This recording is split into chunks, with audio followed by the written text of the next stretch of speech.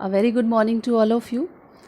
Today we are here to discuss the syllabus for BSc first semester. It includes a book which has been prescribed by Kurukshetra University, Kurukshetra. The title of the book is The Chronicles of Time.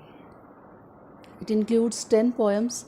There are 10 poems in your syllabus. The first poem is Let Me Note to the Marriage of True Minds. Let Me Note to the Marriage of True Minds.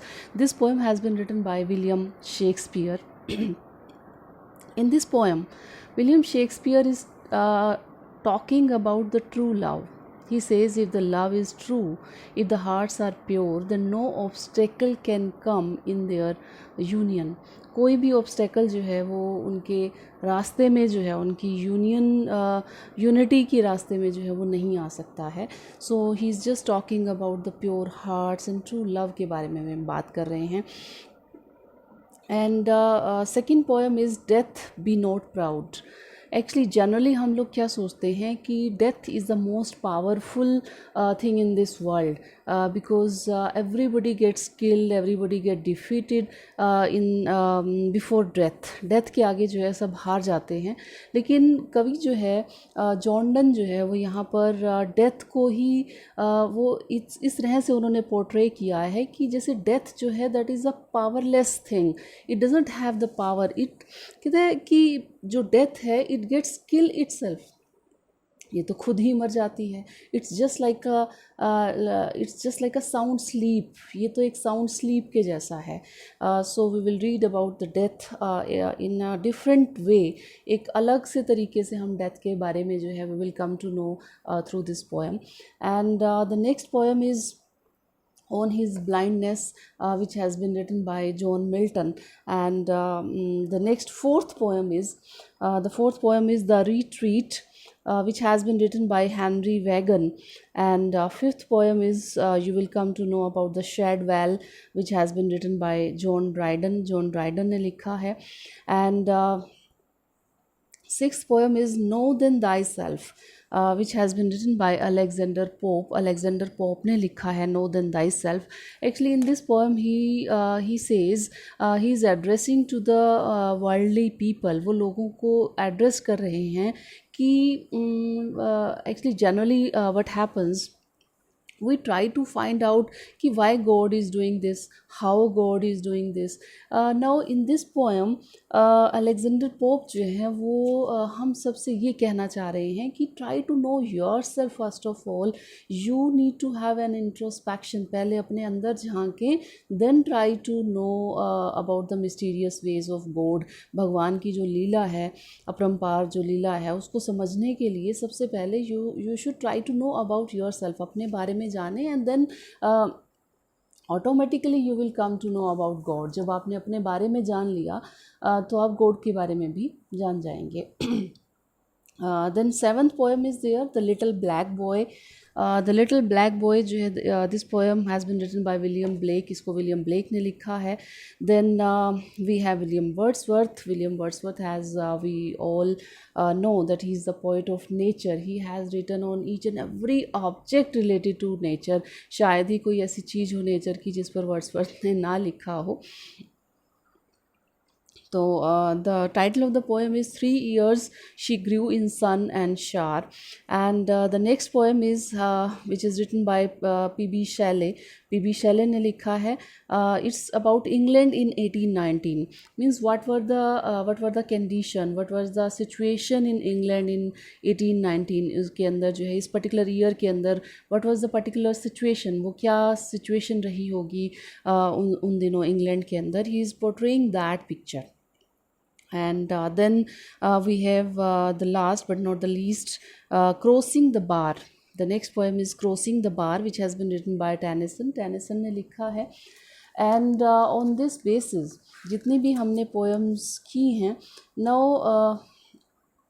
on the basis of these poems there may be certain questions. आपके पास कुछ questions होंगे, like first question is related to comprehension. You will get a paragraph from this poem. आपको इन poems में से कुछ दो paragraph दिए जाएंगे with internal choice होगी आपके पास, and you will have to find out the answers out of that paragraph. आपको 5 questions दिए होंगे और आपको उस paragraph के basis पर जो है आपको you will have to find out the answers from that comprehension. And then reference to the context है second question आपका. reference to the context होगा, जैसे आप इन्हें हिंदी के अंदर भी हम लोग पढ़ते थे, जैसे व्याख्या होती थी, फिर प्रसंग, पहले प्रसंग लिखते थे, then we used to write down the व्याख्या लिखा करते थे. in the same way you will have to write down reference first of all in English, and then you will have to write down the explanation. उस paragraph के बारे में reference देना होगा कि from which poem this extract has been taken, and who has written this poem, इस poem को किसने लिखा है, and what does the poet want to convey through these lines, in lines के through वो क्या convey करना चाहता है. and then finally you will have to explain in a very simplified language whatever the poet wants to convey through that passage. and then जो third question आपका रहेगा that will be of 6 marks. आपके पास 4 questions जो हैं वो आपको attempt करने होंगे विद इंटरनल चॉइस आएंगे, और 30 वर्ड्स में लिखना होगा, बहुत ज़्यादा बड़ा कुछ नहीं लिखना है. And then fourth question is related to you can say on the basis of these poems you will have to write down an essay type question आप कह सकते हैं. 6 मार्क का होगा. these 4 questions will be based on your text. आपकी text के ऊपर based है ये जो 4 क्वेश्चंस हैं आपके. एंड देन उसके बाद जो है आपके पास ग्रामर पोर्शन है. ग्रामर पोर्शन जो है it's not very much lengthy, इतना लेंथी नहीं है, बहुत छोटे छोटे से टॉपिक्स हैं. जैसे सबसे पहले जो आपके पास जो 5th क्वेश्चन रहेगा that will be on the basis of translation. Hindi paragraph will be given to you and you will have to translate it in English. बड़ा सिंपल सा फंडा है जो आप बचपन से करते आ रहे हो, translation. And then you will have to write down a paragraph. ये भी आप चाइल्डहुड डेज से लिखते आ रहे हैं, बचपन से मैम जो है कुछ ना कुछ लिखने के लिए दे दिया करती थी.